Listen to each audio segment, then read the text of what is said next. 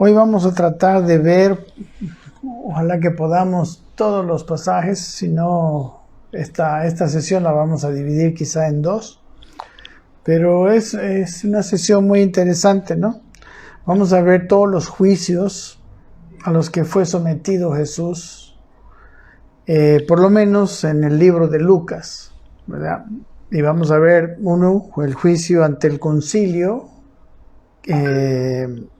judío, el primer juicio ante Pilato, ¿no? La primera comparecencia de Jesús ante Pilato, luego cómo Pilato lo manda a Herodes, entonces el juicio ante Herodes, y después podríamos decir, cuarto juicio, es la segunda vez que comparecen ante Pilato, donde realmente ahí Jesús es condenado. Amén. Quisiera leer con ustedes todos los juicios así de corrido, y después vamos a empezar a desglosarlos. Y espero que en esto que vamos a hablar aumente pues su conocimiento de la palabra del Señor y de algunos detalles, ¿verdad?, de la Biblia, que son muy lindos, muy importantes. Usted va a ver que la Biblia se explica a sí misma. Amén. Vamos a empezar con Lucas capítulo 22, versículo 66. Dice: cuando era de día, o sea, recuerden que antes Jesús fue llevado, ¿no ve?, a la casa del sumo sacerdote, y ahí fue más que nada escarnecido por la gente, golpeado y burlado, ¿verdad? Y eso fue lo que vimos el día pasado, el miércoles pasado, hasta el versículo 65, ¿no? Entonces, eso fue de noche, ahí donde Pedro le negó también, y ahora ya pasa hasta el día siguiente. Por eso dice el versículo 66, cuando era de día, se juntaron los ancianos del pueblo, los principales sacerdotes y los escribas, y le trajeron al concilio diciendo: ¿Eres tú el Cristo? Dínoslo. Y les dijo: si os lo dijere, no creeréis. Y también si os preguntare, no me responderéis ni me soltaréis. Pero desde ahora el Hijo del Hombre se sentará a la diestra del poder de Dios. Dijeron todos: ¿luego eres tú el Hijo de Dios? Y él les dijo: vosotros decís que lo soy. Entonces ellos dijeron: ¿qué más testimonio necesitamos? Porque nosotros mismos lo hemos oído de su boca. Levantándose toda la muchedumbre de ellos, llevaron a Jesús a Pilato y comenzaron a acusarle, diciendo, estamos en el capítulo 23, a este hemos hallado que pervierte a la nación y que prohíbe dar tributo a César, diciendo que él mismo es el Cristo, un rey. Entonces Pilato le preguntó diciendo: ¿eres tú rey de los judíos? Y respondiéndole él dijo: tú lo dices. Y Pilato dijo a los principales sacerdotes y a la gente: ningún delito hallo en este hombre. Pero ellos porfiaban diciendo: alborota al pueblo, enseñando por toda Judea, comenzando desde Galilea hasta aquí. Entonces Pilato, oyendo decir Galilea, preguntó si el hombre era Galileo, y al saber que era de la jurisdicción de Herodes, le remitió a Herodes, que en aquellos días también estaba en Jerusalén. Herodes, viendo a Jesús, se alegró mucho, porque hacía tiempo que deseaba verle, porque había oído muchas cosas acerca de él y esperaba verle hacer alguna señal. Y le hacía muchas preguntas, pero nada le respondió. Y estaban los principales sacerdotes y los escribas acusándole con gran vehemencia. Entonces Herodes con sus soldados le menospreció y escarneció, vistiéndole de una ropa espléndida, y volvió a enviarle a Pilato. Y se hicieron amigos Pilato y Herodes aquel día, porque antes estaban enemistados entre sí.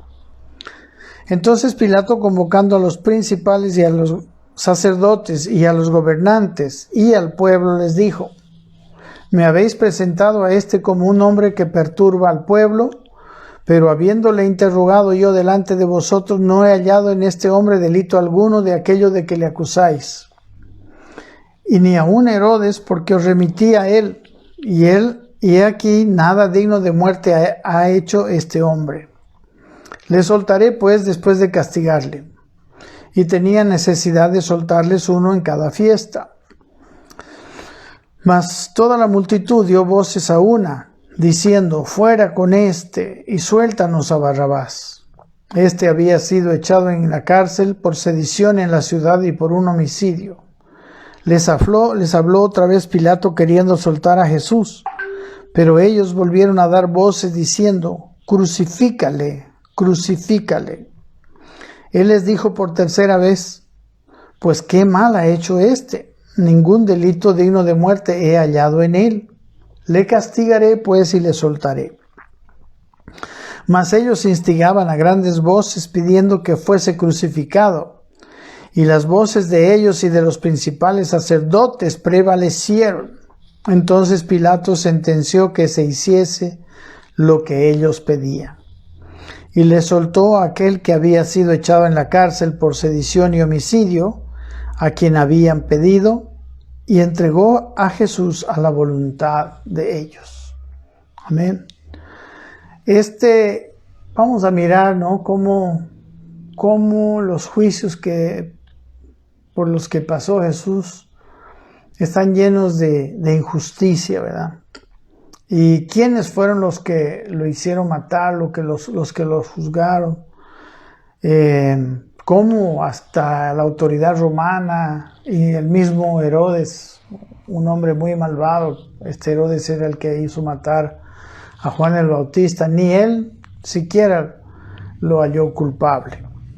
Amén. Entonces, empecemos con el capítulo 22, 66. Dice, cuando era de día, como hemos dicho, ya después de haber amanecido, porque en la noche fue prendido por la turba que venía con Judas y llevado a la casa del sumo sacerdote. Y dice, se juntaron los ancianos, cuando era de día, del pueblo, y los principales sacerdotes y los escribas, y le trajeron al concilio diciendo, bueno, dice tres grupos, ¿no? Los ancianos del pueblo, que eran los dirigentes del pueblo, los principales sacerdotes y los escribas, ¿no?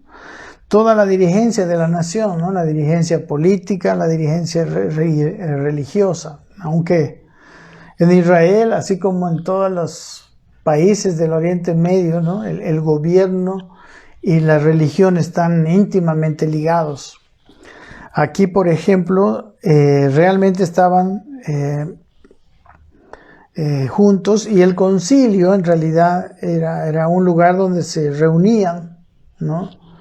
Pues era como el parlamento aquí en Bolivia, digamos, ¿no? Donde se reunían y ahí tomaban decisiones gubernamentales y también decisiones judiciales. Estaba compuesta principalmente por los sacerdotes o la secta de los saduceos, y los escribas y los fariseos, ¿no? Los fariseos también estaban, y ellos eran la mayoría. Bueno, entonces lo llevaron ahí al concilio, y el versículo 67 le hicieron una pregunta. ¿Eres tú el Cristo? ¿No? El Cristo era como él mismo, y como hemos visto desde antes, ¿no? Algo que esperaba Jerusalén, ¿no? La palabra Cristo es la misma palabra, es la palabra griega de la palabra Mesías, que quiere decir ungido, ¿no? Y era anunciado desde los profetas, desde la ley, que iba a venir un Mesías, ¿no? Que iba a libertar a Israel, ¿no? La verdad que ellos pensaban que él iba a libertarles del yugo romano, ¿no? Porque recuerden que en el tiempo de Jesús el Imperio Romano había conquistado, ¿no? toda Palestina, y estaban, ¿no? Bueno, bajo el yugo, y de hecho los romanos ponían los gobernantes, ¿no? Pilatos era romano, por ejemplo, ¿verdad? Aunque Herodes era, bueno, en realidad era uno que se hizo judío, pero en realidad no era judío, era de una familia de los asmoneos, ¿verdad? Desde su padre. No el Herodes que está aquí, como vamos a ver, no es el Herodes el Grande, que fue vivía cuando nació Jesús, ¿no? Sino este es el Herodes, hijo de este, es uno de los hijos de este Herodes. Ok, entonces aquí dice, si tú eres el Cristo, dínoslo, y les dijo, si os lo dijere, no creeréis, ¿verdad? Jesús, mis queridos hermanos, ya había dicho muchas veces que Él era el Cristo. Y ellos habían tenido también testimonio realmente de que Jesús era el Cristo, porque Jesús había cumplido con todo lo profetizado acerca de Él, ¿no? Y dentro de esas cosas que había profetizado estaban las señales que hacía, las sanidades, las liberaciones, ¿no? La forma en que Él usaba la palabra. Y quiero con ustedes leer algunos diálogos muy interesantes, donde Jesús, antes de esto, ¿no? ya hablando con los judíos, algunos otros delante de sus discípulos, pero la mayoría, pero por ejemplo aquí en Juan 5, después de que Él sana al paralítico que estaba en el estanque de Betesda, y la verdad que lo sana pues en un día, justamente en un día de reposo. Está esto en Juan capítulo 5, ¿no? Y esto que estoy hablando con ustedes es por la pregunta, ¿no? ¿Eres tú el Cristo? Y en realidad el hecho de ser el Cristo fue el motivo por el cual le acusaron, porque Jesús respondió, si os lo dijere no creeréis, claro, porque ya había dicho muchas veces y ellos no lo habían creído. Y dice el versículo 68, y también si os preguntare, no me responderéis ni me soltaréis. Él estaba seguro porque habíamos visto que ellos ya habían definido matar a Jesús. Ok, entonces quiero leer unos diálogos, por ejemplo, en Juan capítulo 5, ¿no? En Juan capítulo 5, los primeros versículos hablan del paralítico en el estanque, en el estanque de Betesda. Pero más que nada quiero referirme al diálogo después de que Él le sana. Dice el versículo 8, le dijo Jesús, levántate, toma tu lecho y anda. Y dice, y al instante aquel hombre fue sanado y tomó su lecho y anduvo, y era día de reposo aquel día. Miren cómo ellos tenían tanta fijación en lo sagrado, ¿no? En lo que ellos consideraban sagrado, pero no reparaban en lo que ellos mismos estaban haciendo, como vamos a ver más adelante, la mentira, el falso testimonio, etc. Versículo 10 dice, entonces los judíos dijeron a aquel que había sido sanado, es día de reposo, no te es lícito llevar tu lecho, porque supuestamente el día de reposo pues era un día de descanso, ¿verdad? Como conocemos eso. Y él le respondió, el que me sanó, él mismo me dijo, toma tu lecho y anda, ¿no? Él reconoce la autoridad, porque pues realmente la autoridad de Jesús era demostrada por las obras milagrosas que hacía. Entonces le preguntaron, ¿quién es el que te dijo, toma tu lecho y anda? Y el que había sido sanado no sabía quién fuese, porque Jesús se había apartado de la gente que estaba en ese lugar. Después le halló Jesús en el templo, estoy en el versículo 14 de Juan 5. Después le halló Jesús en el templo y le dijo, mira, has sido sanado, no peques más para que no te venga alguna cosa peor. El hombre se fue y dio aviso a los judíos de que Jesús era el que le había sanado. Y dice aquí, miren, y por esta causa los judíos perseguían a Jesús y procuraban matarle porque hacía estas cosas en el día de reposo, ¿no? Entonces, supuestamente él violaba el día de reposo, pero él violaba el día de reposo según las normas de ellos. Y definitivamente Jesús en algún momento dice que Él era el Señor del día de reposo. Y bueno, pues Él es el Hijo de Dios, ¿verdad? Dice el versículo 16, y por esta causa los judíos lo perseguían, ¿verdad? Versículo 17 dice, y Jesús les respondió, mi Padre hasta ahora trabaja y yo trabajo. Por esto, dice, los judíos aún más procuraban matarle, porque no solo quebrantaba el día de reposo, sino que también decía que Dios era su propio Padre, haciéndose igual a Dios. Miren cómo ellos tenían un punto de vista solamente religioso. Y a pesar de que ellos sabían que las obras que Jesús estaba haciendo indicaban que Él era hijo de Dios, pero ellos solo estaban mirando el lado religioso. Dice aquí, respondió entonces Jesús y les dijo, de cierto os digo, dice, no puede el Hijo hacer nada por sí mismo, sino lo que ve hacer al Padre. Porque todo lo que el Padre hace, también el Hijo, lo hace el Hijo igualmente. Le estaba diciendo que esas obras no lo hace el Hijo, digamos, en su propio poder, sino el Padre. Dice, porque el Padre, versículo 20, ama al Hijo y le muestra todas las cosas que Él hace y mayores obras que ésta le mostrará, de modo que vosotros os maravilléis. Porque como el Padre levanta a los muertos y les da vida, así también el Hijo a los que quiere da vida, ¿no? Miren, aquí ya se está Él mostrando como el Hijo que da vida. Porque, luego dice, porque el Padre a nadie juzga, sino que todo juicio dio al Hijo. Él también se está mostrando como el que va a juzgar. Para que todos honren al Hijo como honran al Padre. Y aquí les está dando fuerte. El que no honra al Hijo, no honra al Padre que le envió. De cierto os digo, el que oye mi palabra y cree al que me envió, tiene vida eterna y no vendrá a condenación, mas ha pasado de muerte a vida. Está hablando muy fuerte, ¿no? Contra ellos, porque ellos no creían, ¿no? O sea, ellos no querían creer. Dice versículo 25, estos diálogos nos muestran esta verdad religiosa, verdad por la cual lo estaban condenando. Dice, entonces, dice que el que oye mi palabra y cree al que me envió tiene vida eterna y no vendrá a condenación, mas ha pasado de muerte a vida. O sea, su palabra era tan valiosa, tan poderosa.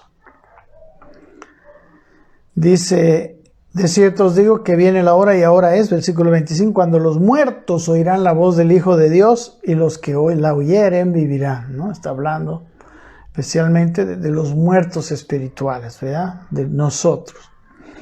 Dice versículo 26, porque como el Padre tiene vida en sí mismo, así también ha dado al Hijo tener vida en sí mismo, ¿no? Al tener vida en sí mismo está hablando de que Él es eterno, Él es la vida. Él dijo, yo soy el camino, la verdad y la vida.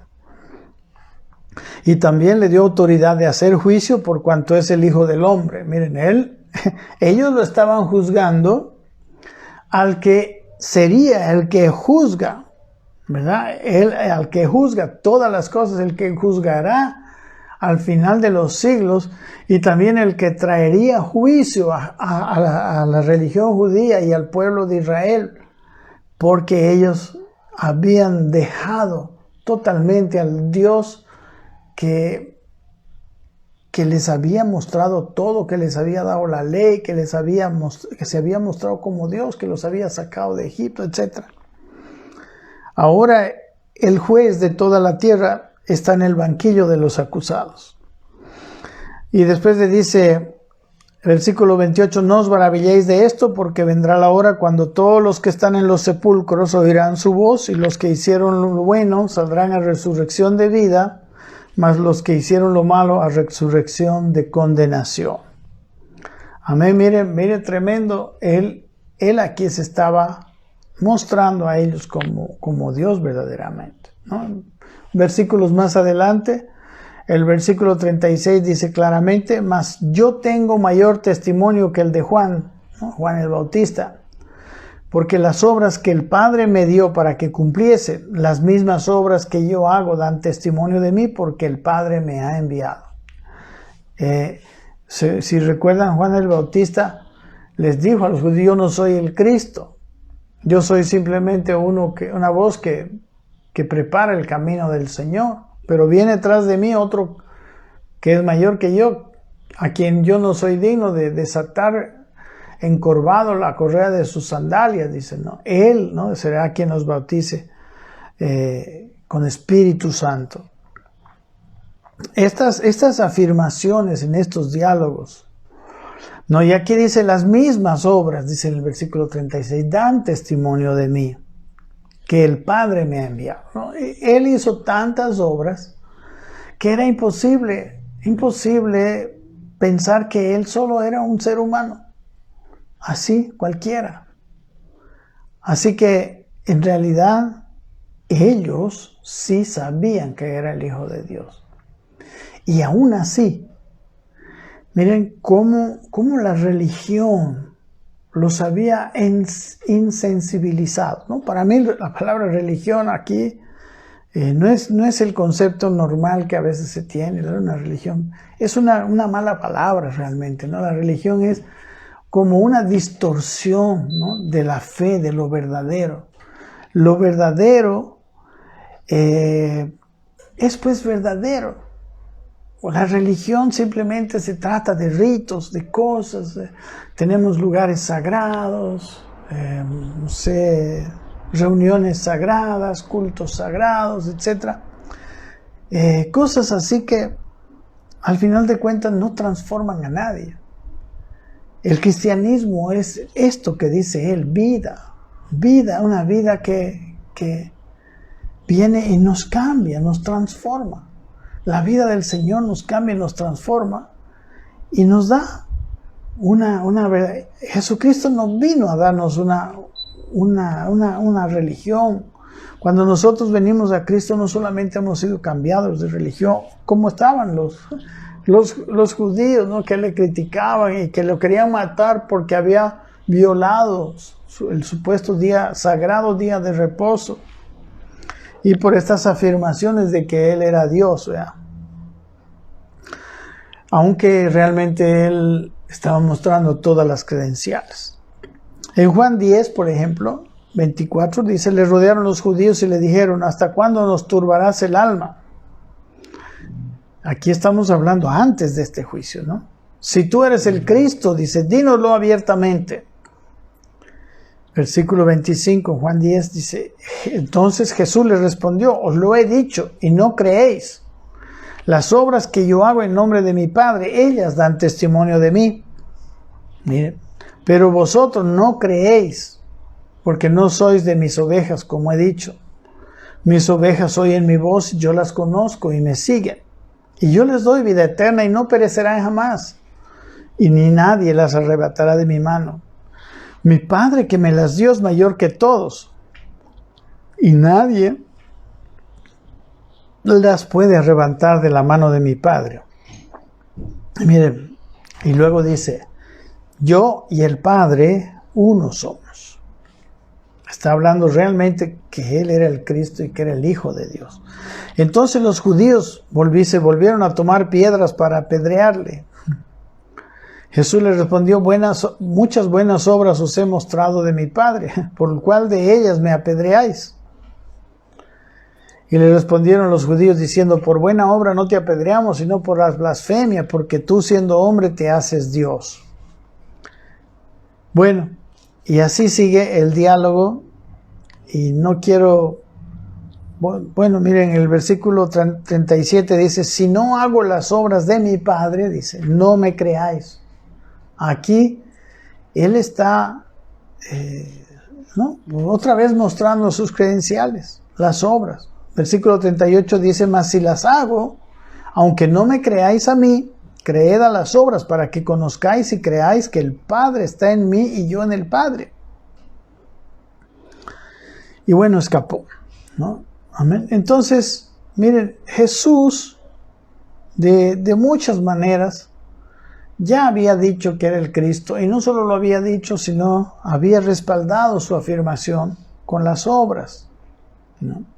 en Juan 14:10. O sea, son varios diálogos, de los cuales algunos yo he seleccionado para este punto, ¿verdad? De Jesús el Cristo, por el cual en realidad si nos vamos después de ver todo este estudio de los juicios, es por esa razón que Él fue, digamos, condenado a la cruz. En Juan 14:10, aquí ya no está hablándole a los judíos, sino a sus propios discípulos. Y les dice, ¿no creéis que soy en el Padre y el Padre en mí? Dice, las palabras que yo os hablo, no las hablo por mi propia cuenta, sino que el Padre que mora en mí, Él hace las obras. La verdad que la gente lo seguía y le escuchaba, porque ellos decían, nadie ha hablado así. Ninguna persona ha hablado así. Dice, porque los escribas y fariseos cuando predican, dice, pero este predica con autoridad, ¿no? En unos pocos capítulos, en Juan 6, más atrás, el mismo Pedro le dijo, ¿a quién iremos? Le dice, no, solo tú tienes palabras de vida. Y ahí Jesús mismo le dijo, mis palabras son espíritu y son vida. Y dice el versículo 11 de Juan 14, creedme que yo soy en el Padre y el Padre en mí. Dice, de otra manera, creedme por las mismas obras. ¿Ok? Sigue él mostrando esas credenciales. En el capítulo siguiente, Juan 15, dice el versículo 24, si yo no hubiese hecho, miren lo que dice Jesús, entre ellos obras que ninguno otro ha hecho, no tendrían pecado. Pero ahora han visto y han aborrecido a mí y al Padre. Amén. Entonces aquí Él está diciendo que la gente que lo vio no tenía excusa. Y si es que Él hubiera solamente hablado y no hubiera hecho esas obras, que eran las credenciales de su divinidad, y eso está en la ley y en los profetas, entonces ellos no hubieran tenido pecado. O sea, la verdad es que miren, de estos tres grupos estaban los ancianos, que como todo judío eran conocedores de la ley, los principales sacerdotes, que eran conocedores de la ley, y los escribas, que eran mucho más conocedores, los traductores, los copistas de la ley, y también los que explicaban la ley en las sinagogas. Entonces, la verdad que ellos no quisieron creer, y en realidad ellos buscaron este pretexto para condenar a Jesús. Amén. Entonces, Él se los había demostrado. Por ejemplo, en este mismo Evangelio de Lucas, en los estudios anteriores, usted puede ver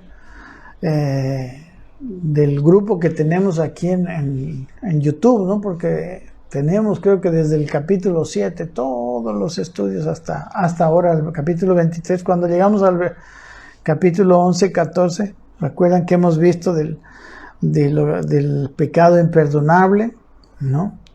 Y en capítulo 11, versículo 14, dice, estaba Jesús echando fuera un demonio que era mudo, y aconteció que saliendo el demonio, el mudo habló y la gente se maravilló.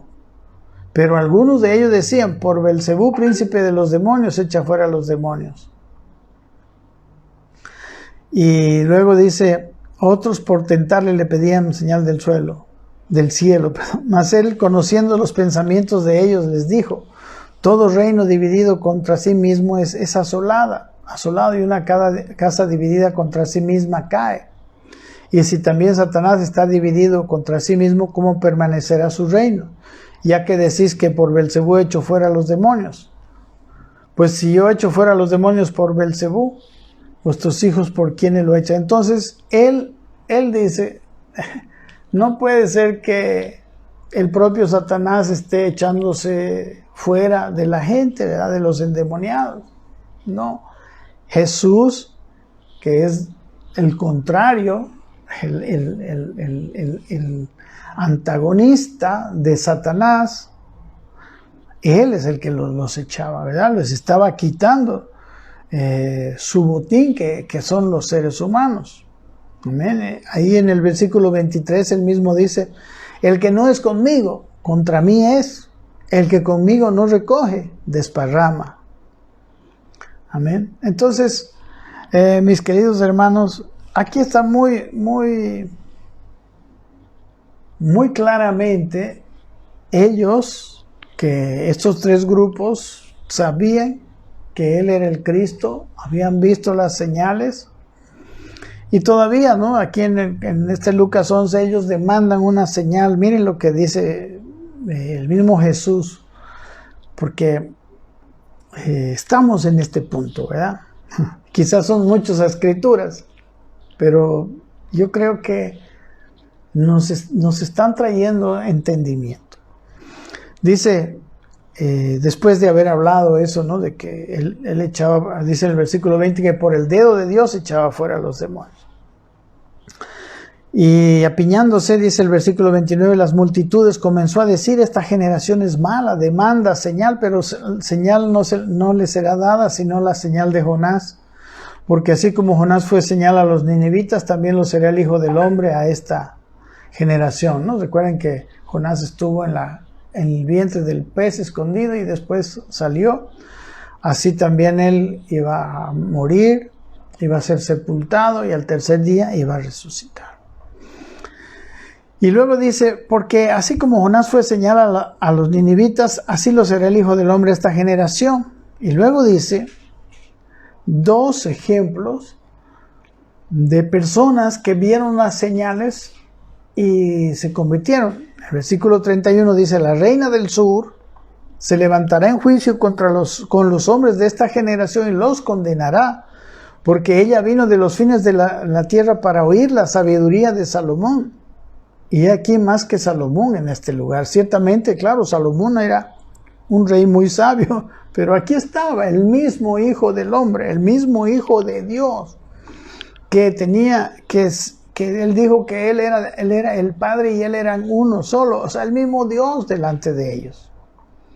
Y la reina del sur creyó en el Dios de Salomón simplemente por la sabiduría de Salomón y por la ostentación, las cosas grandes que Salomón tenía, porque ella veía que su Dios lo había hecho sabio y su Dios le había dado todas las posesiones. Y luego del versículo 32 habla de los ninivitas. Dice, los hombres de Nínive, ¿no? Los asirios, Nínive era la capital asiria, que iban a recibir un juicio. Pero cuando Jonás fue, recuerden, y predicó, ellos se arrepintieron.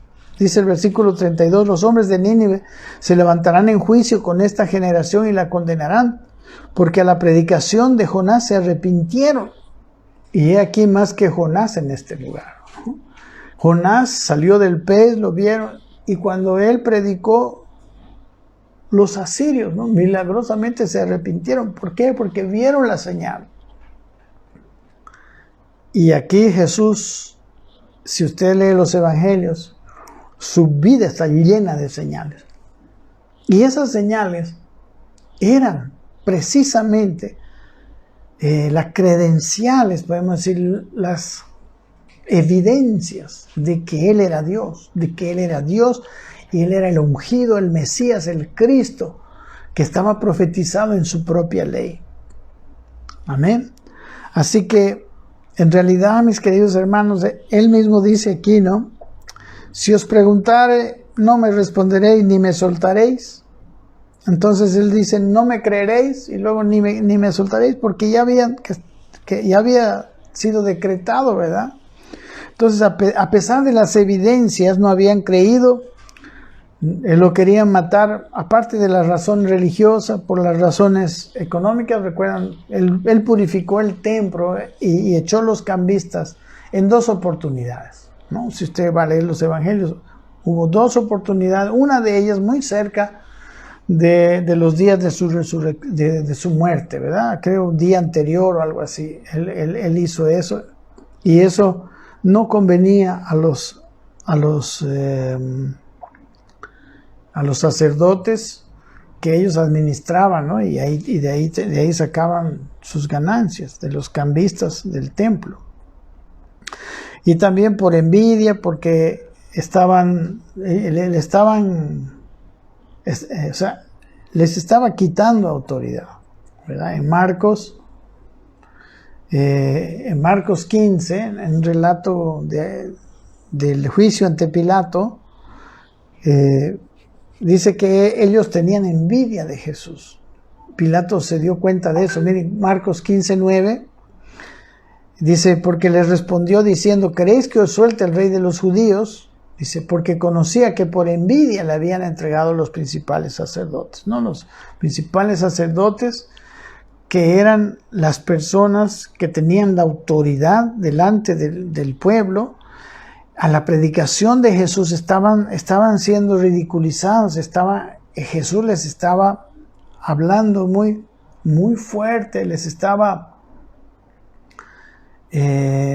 ¿cómo les puedo decir? Estaba evidenciando que realmente ellos ya no eran representantes de Dios, sino que eran todo lo contrario.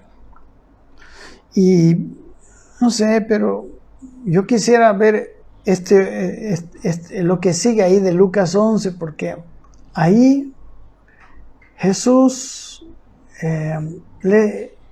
se ve cómo los muestra delante de la gente, ¿no? Cuando en el versículo 37 dice, luego que hubo hablado, le rogó un fariseo que comiese con él, y entrando Jesús en la casa se sentó a la mesa, y el fariseo cuando lo vio se extrañó que no se hubiese lavado antes de comer, ¿verdad? O sea, otra tradición que tenían ellos sagradísima, por la cual Jesús y sus discípulos fueron muy criticados. Aquí Jesús fue a comer y no se lavó las manos. No había COVID en ese tiempo. Pero el Señor le dijo, dice, versículo 39, ahora bien, dice, miren las cosas que él habla muy fuerte delante de todos los invitados a la mesa, y muchas veces lo hizo delante de todo el mundo. Dice, el Señor le dijo, ahora bien, vosotros los fariseos, dice, limpiáis lo de fuera del plato, del vaso y del plato, pero por dentro estáis llenos de rapacidad y de maldad. Él hablaba como ellos externamente se veían muy santos, pero internamente estaban llenos de rapacidad y de maldad. Necios, les dice el versículo 40. El que hizo lo de fuera, ¿no hizo también lo de adentro? Pero dice, dad limosna de lo que tenéis, y entonces todo os será limpio. Ellos eran, avaros. Luego dice, mas hay de vosotros fariseos, dice, que diezmáis la menta y la ruda y toda hortaliza, y pasáis por alto la justicia y el amor de Dios. Esto os era necesario hacer sin dejar de hacer aquello. Ellos solo hacían lo que era visible, ¿no? Y en lo que era visible y lo que era fuera del cuerpo, por ejemplo, que el diezmo, ellos diezmaban la menta, la ruda y toda hortaliza. Ellos diezmaban la menta, digamos, ¿no? de sus cosechas, cosas insignificantes en precio, ¿no? Y dice, ellos se fijaban tanto en esos detalles, ¿no? Digamos, en ser tan exactos en su diezmo, pero pasaban por alto lo más importante, la justicia y el amor, que son las cosas más importantes de Dios. Entonces pasaban por alto la justicia y el amor de Dios, y dice, esto debían sí hacer lo que estaban haciendo, ¿no? De dar el diezmo, aún de la ruda y la hortaliza, pero sin dejar de hacer aquello, y específicamente lo más importante era lo otro. Y sigue diciendo, versículo 43, hay de vosotros fariseos que amáis las primeras sillas en las sinagogas y las salutaciones en las plazas. Hay de vosotros escribas y fariseos hipócritas, que sois como sepulcros que no se ven, y los hombres que andan encima no lo saben, ¿no? La gente no podía conocerlos, ¿no? Ellos simplemente veían de afuera, como puede haber muchas personas muy religiosas entre nosotros, ¿verdad? Y su interior no corresponde con su manera de comportarse. Su comportamiento es muy educado, podemos decir, ¿no? El Señor no vino a educar, vino a transformar. Una persona puede parecer y puede ser, digamos, muy aceptable a la vista, a los ojos de los demás, porque está bien educado. Pero puede haber una persona que no tiene educación, pero si su corazón ha cambiado, él tendrá buenas actitudes hacia los demás. Amén. Entonces aquí hay había una variación entre lo que eran y lo que mostraban. Por eso es la palabra hipócritas, ¿verdad? Hipócritas en el griego es la palabra actores, ¿verdad? Viene de la palabra hipócrites, que era un actor en el teatro griego. Entonces ellos interpretaban la ley. Versículo 45, seguimos en este capítulo 11. Espero no salirme mucho. Dice, respondiendo uno de los intérpretes de la ley, le dijo: Maestro, cuando dices esto, ¿también nos afrentas a nosotros? Y él le dijo: hay de vosotros también, intérpretes de la ley, que eran los escribas, porque cargáis a los hombres con cargas que no pueden llevar, pero vosotros ni aun con un dedo las tocáis. Hay de vosotros que edificáis los sepulcros de los profetas, a quienes mataron vuestros padres. Bueno, bien, yo solamente quiero decirles que él estaba acusándolos realmente, ¿no? Y él es el que tiene el juicio. Recuerden que Dios le dio todo el juicio al Hijo. El Hijo nos juzgará un día y los va a juzgar a ellos, y los juzgó. Al finalizar este capítulo 11, versículo 53, dice: diciéndoles él estas cosas, los escribas y los fariseos comenzaron a estrecharle en gran manera y a provocarle a que hablase de muchas cosas, acechándole y procurando calzar alguna palabra de su boca para acusarle. ¿Ok? Aquí en realidad, miren hermanos, ellos estaban esperando una palabra de su boca en ese lugar, en el concilio, para ya tener la sentencia, ¿no? Entonces, pero él dice, el versículo 67 dice: si os lo dijere, no creeréis, y también si os preguntare, no me responderéis ni me soltaréis, pero desde ahora el Hijo del Hombre se sentará a la diestra del poder de Dios. Dijeron todos luego: ¿tú eres el Hijo de Dios? Seguía con la pregunta. Y él les dijo: vosotros decís que lo soy. Y no le pudieron sacar bien sí, pero más o menos, ¿no? Y luego dice el versículo 71, entonces ellos dijeron: ¿qué más testimonios necesitamos? Porque nosotros mismos lo hemos oído de su boca, ¿no? Aquí ni siquiera hay una confesión realmente, ¿no? En este juicio no hay una confesión bien tácita. Luego vemos el segundo juicio, terminan de hacer su juicio ahí ya la condenan entre ellos, ¿no? Por esas razones religiosas, y luego van ante Pilato. Dice en el capítulo 23:1 que levantándose entonces toda la muchedumbre de ellos, eran muchos, ¿verdad? Los escribas, los principales sacerdotes y los ancianos del pueblo. Y la muchedumbre de ellos llevaron a Jesús a Pilato y comenzaron a acusarle diciendo: a este hemos hallado que pervierte a la nación y que prohíbe dar tributo a César, diciendo que él mismo es el Cristo, un rey.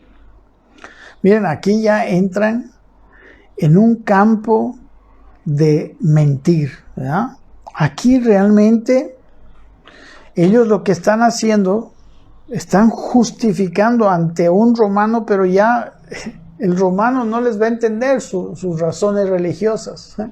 Como no entiende nadie, ¿cómo puede un hombre ser matado por decir que máximo le podemos decir: este es un loco, digamos, ¿no? Este se hace hijo de Dios, es un loco, pero la religión alejada de Dios hace estas cosas, ¿verdad? Por eso la gente religiosa, no solamente los judíos, los maometanos, ¿no? Son tan fanáticos, ¿verdad? Son gente que mata por su religión. Todo lo contrario de lo que Cristo vino a decir. todo lo contrario de lo que dice la palabra de Dios en esta Biblia. ¿Ok?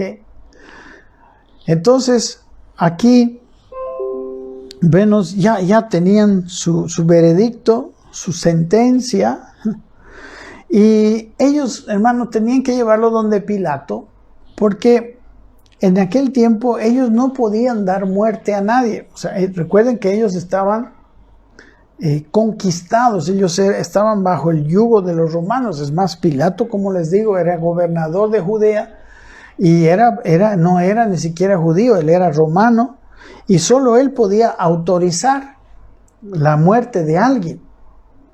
En Juan capítulo 18, ¿no?, versículo 28 al 32, donde habla esto mismo, ¿no? Eso, la versión de Juan, dice, le voy a leer de 28 al 32, en realidad el versículo 31. Miren, entonces les dijo Pilato: tomadle vosotros y juzgadle según vuestra ley, ¿no? Cuando ellos le acusan, él dice, yo no le hallo culpable, entonces ustedes nomás júzguenle según la ley. ¿Y qué le dice aquí? Y los judíos le dijeron: a nosotros no nos está permitido dar muerte a nadie. Amén. Entonces ellos fueron donde Pilato, porque él era el único que podía autorizar una crucifixión hasta la muerte. Amén. Entonces, pero lo que quiero que veamos, mis queridos hermanos, son las acusaciones, la falsedad, la mentira a la que ellos entran. Primero dice: a este hemos hallado que pervierte a la nación. Hermanos, nunca las palabras de Jesús fueron pervertidoras o perversas. Jamás Jesús vino a pervertir a nadie. Luego dice: y que prohíbe dar tributo a César. Jesús nunca prohibió dar tributo a César. Amén. Esa era una buena razón, ¿no? Ellos están hablando ante Pilato, que Pilato, recuerden, era el representante de los romanos, y pues alguien que prohibía dar tributo a César era un enemigo de ellos. Ellos todos los conquistadores romanos, ellos sacaban impuestos de todos los territorios conquistados, ¿no? Entonces, esta era una razón que podía llevar a Pilatos a autorizar la muerte de Jesús, pero era mucha mentira, ¿no? Por ejemplo, en Lucas capítulo 20, hemos visto también este pasaje, que ellos fueron astutamente y le preguntaron. Miren, en el versículo 22, dicen: ¿nos es lícito dar tributo a César o no? Mas él, dice versículo 23, comprendiendo la astucia de ellos, les dijo: ¿por qué me tentáis? Mostradme la moneda, de quién tiene la imagen y la inscripción.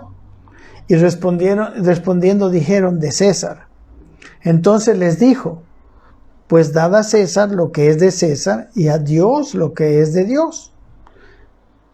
Jesús no estaba diciendo con estas palabras que no den tributo a César, y aunque fue provocado por ellos, ¿no? Entonces esta es la segunda mentira por la que estaban acusando a Jesús.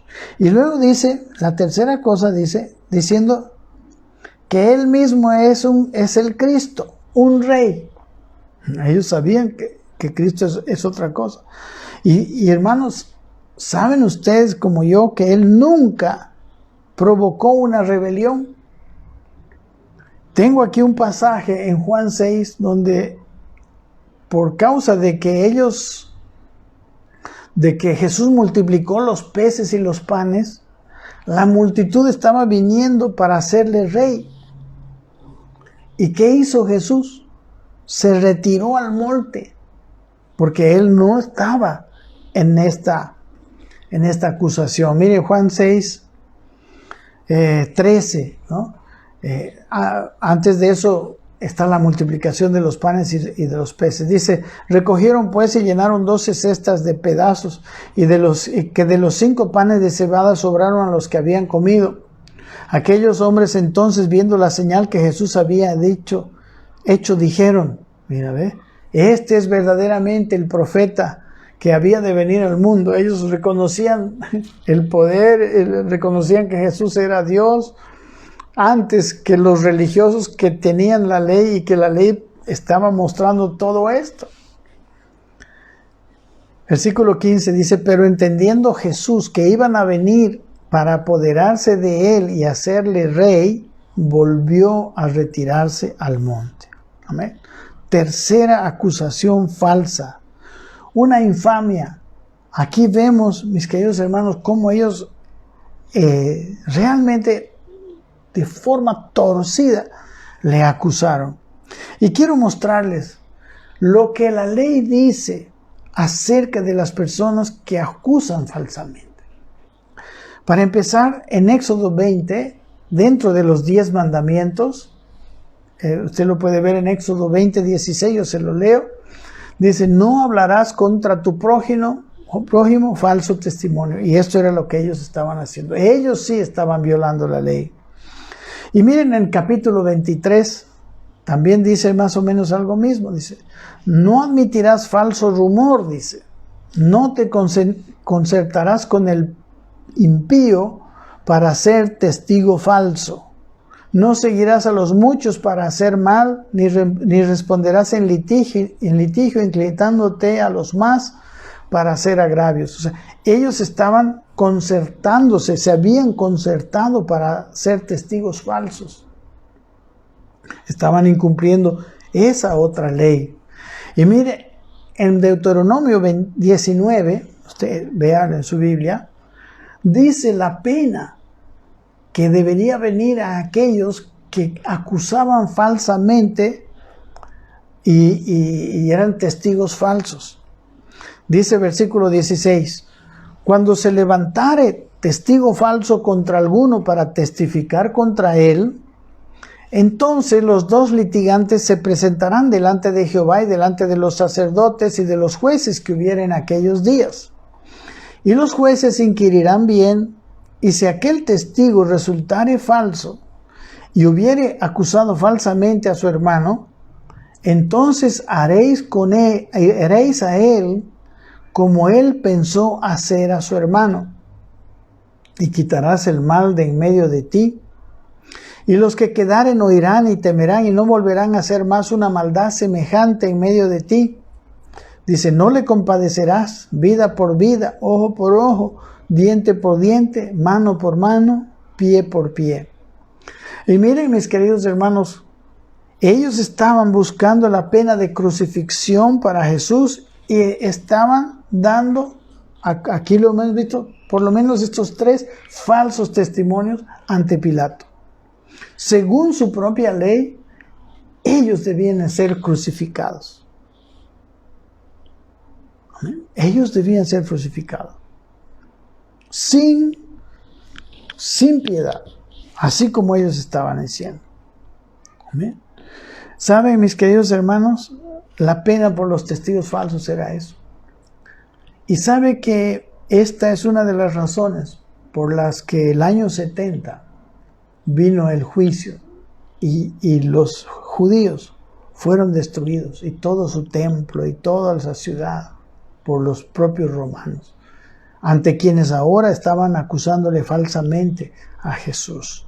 Miren lo que les dice un poquito más adelante aquí en este capítulo 23 de Lucas, cuando ya lo estaban para crucificar y la multitud del pueblo le seguía y las mujeres lloraban. Miren lo que dice el versículo 27. Esto hablando de la pena que ellos se estaban cargando contra sí mismos al hacer estas acusaciones falsas que vemos en el versículo 2 del capítulo 23. Dice, y le seguía una gran multitud del pueblo y de mujeres que lloraban y hacían lamentación por él.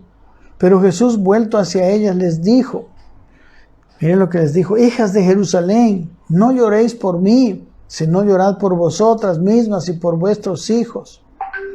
Porque he aquí, vendrán días en que dirán, dice, bienaventuradas las estériles y los vientres que no concibieron y los pechos que no criaron.